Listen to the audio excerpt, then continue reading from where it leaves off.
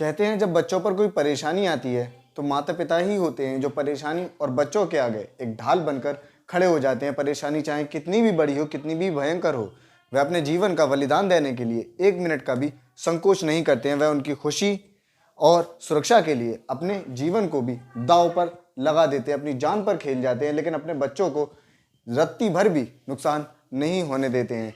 और ये माँ बाप जब बच्चे जवान हो जाते हैं तो उनको देखकर बहुत खुश होते हैं, और माँ बाप के बेवफा या गद्दारी होने का तो कोई सवाल ही पैदा नहीं होता। ये तो मुमकिन है कि बच्चे जवान होने के बाद माँ बाप को छोड़ दें और उनको धोखा दे दें, लेकिन माँ बाप बच्चों को धोखा दें ऐसा हो ही नहीं सकता। लेकिन ऐसा मुमकिन हुआ है जब एक लड़की के साथ एक हैवान ने हैवानियत दिखाई और उसके साथ लगातार बलात्कार किया। बलात्कार एक बार नहीं, दो बार नहीं, बल्कि कई कई बार उसके साथ बलात्कार किया गया, जिसकी खबर वह अपने पिता को देती है। तो पिता उस बात पर उसके आंसू पोंछने की बजाय उसके ज़ख्म को और ताज़ा कर देता है। वह उसके साथ उसकी माँ की अनुपस्थिति में कई बार बलात्कार करता है और उसकी इज्जत को तार तार करके रख देता है। लेकिन सवाल ये खड़ा होता है कि आखिर जब लड़की जिस पिता के पास आंसू पोंछने की उम्मीद को लेकर गई थी, उसके साथ आखिर ऐसा हुआ, तो उसने आखिर इंसाफ कैसे लिया? ये एक बहुत ही शर्मनाक घटना है, क्योंकि जब वह उस पिता के पास जाती है, यानी अपने दादा के पास जाती है, तो वहाँ जाने के बाद भी उसको इंसाफ नहीं मिलता है। वह उसको जब अपनी घटना बताती है तो दादा भी उसके इधर उधर या प्राइवेट पार्ट पर हाथ फेरने की कोशिश करता है, जिस बात से वह बहुत दुखी हो जाती है। उसको एक बड़ा सदमा लगा, और जब वह उस सदमे से बाहर आती है तो वो एक ऐसा एक्शन लेती है जिसने उसको इंसाफ तो दिलवाया ही दिलवाया, बल्कि आरोपियों को सख्त से सख्त कार्रवाई के। तो पूरी घटना की जानकारी के लिए वीडियो पर बने रहिए।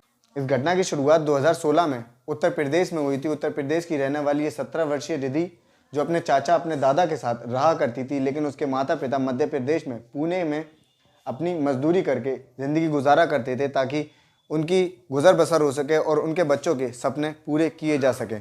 2016 की बात है, जब रिद्धि 17 साल की हो चुकी थी। लेकिन एक दिन जब वह अपने कमरे में कपड़े बदल रही थी, तभी उसका चाचा अचानक उसके कमरे में चला जाता है और उसको निर्वस्त्र अवस्था में देखकर हैरान रह जाता है। तभी से उसके दिमाग में सिर्फ एक ही फितूर सवार था, सिर्फ एक ही शैतान सवार था कि किस तरह उस शरीर को जो उसने देखा है उसको नोचने का इंतज़ाम किया जाए, कि किस तरह से उस मासूम बच्ची के साथ अपनी हवस को पूरा किया जाए। उसके चाचा ने उम्र के फासले और रिश्तों की मर्यादाओं का भी ज़रा भी ख्याल नहीं करा, लेकिन उसके दिमाग पे सिर्फ और सिर्फ हवस का भूत सवार था। लेकिन एक दिन उसको मौका लग जाता है, वह अपनी ही भतीजी के साथ यानी रिद्धि के साथ ज़बरदस्ती संबंध बनाता है, उसके साथ रेप करता है, बलात्कार करता है, जिसको पूरा करने के बाद वह उसको जान से मारने की भी धमकी देता है कि अगर उसने किसी को भी इस बारे में बताया या कोई भी एक्शन लेने की कोशिश की तो वह उसके टुकड़े करके नाली में बहा देगा, जिसकी कानो कान किसी को खबर भी नहीं लगेगी।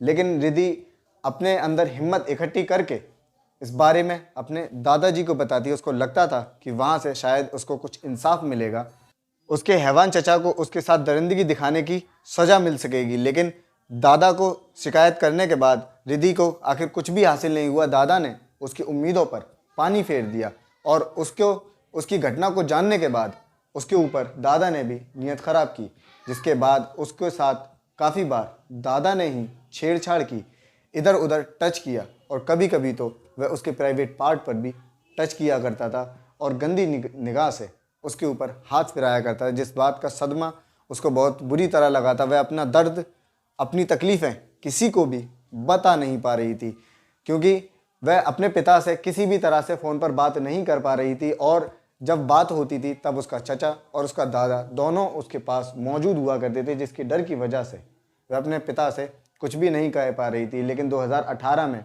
जब वह वहाँ से पूना के लिए रवाना होती है, अपनी पढ़ाई आगे पढ़ने के लिए जब पुणे पहुँचती है, तो वहाँ जाकर एक खत के ज़रिए अपने पिता को सारी घटना की जानकारी देती है। उसको लगता था कि पिता को ये सारी बातें पता पड़ेंगी तो उनका भी दिल भर आएगा और वह उसके साथ इंसाफ के लिए लड़ना शुरू कर देंगे।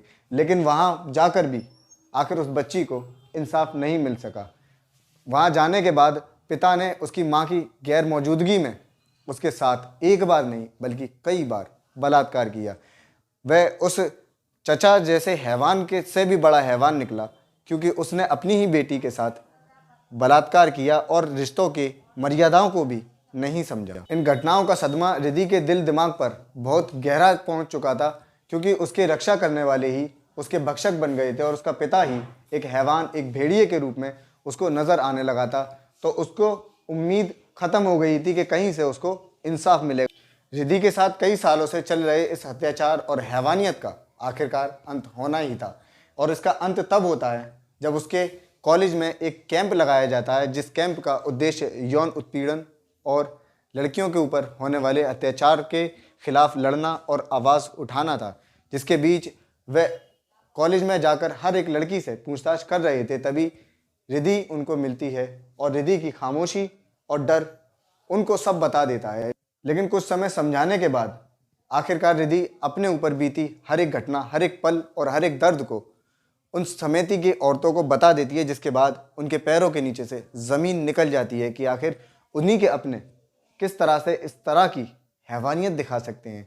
वह तुरंत ही उसको लेकर नज़दीकी थाने में जाते हैं और थाने में जाने के बाद उसके खिलाफ FIR दर्ज करवाते हैं, जिसके बाद पुलिस भी हैरान रह जाती है और तुरंत ही उसके चाचा, दादा और पिता को लेकर थाने में बंद कर देती है। जब उसके पिता से पूछताछ की गई कि आखिर उसके हया का पानी और उसकी आँख में शर्म का बाल क्यों नहीं आया, और अपनी ही बेटी के साथ उसने इस तरह की हैवानियत दिखाने से पहले एक पल भी उसके भविष्य और अपनी औलाद के रिश्तों के बारे में क्यों नहीं सोचा।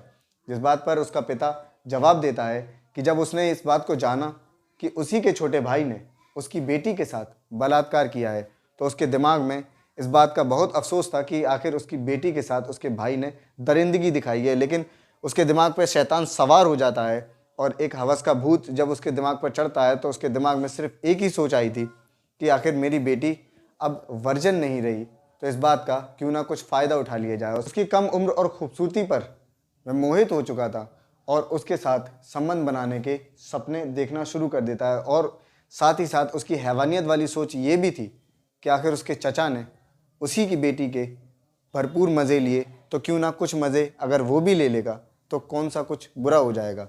लेकिन उसने अपनी बेटी के भविष्य और उसकी भावनाओं के बारे में ज़रा सा भी नहीं सोचा और उसके साथ लगातार सालों तक दरिंदगी दिखाई गई। ऐसे रिश्तेदार और ऐसे पिता के साथ आखिर क्या कानूनी कार्रवाई की जाए, जिसके बाद से महिलाएं घर के अंदर तो क्या बाहर भी आरोपियों का शिकार ना बन सकें। हमें कमेंट बॉक्स में ज़रूर बताएं।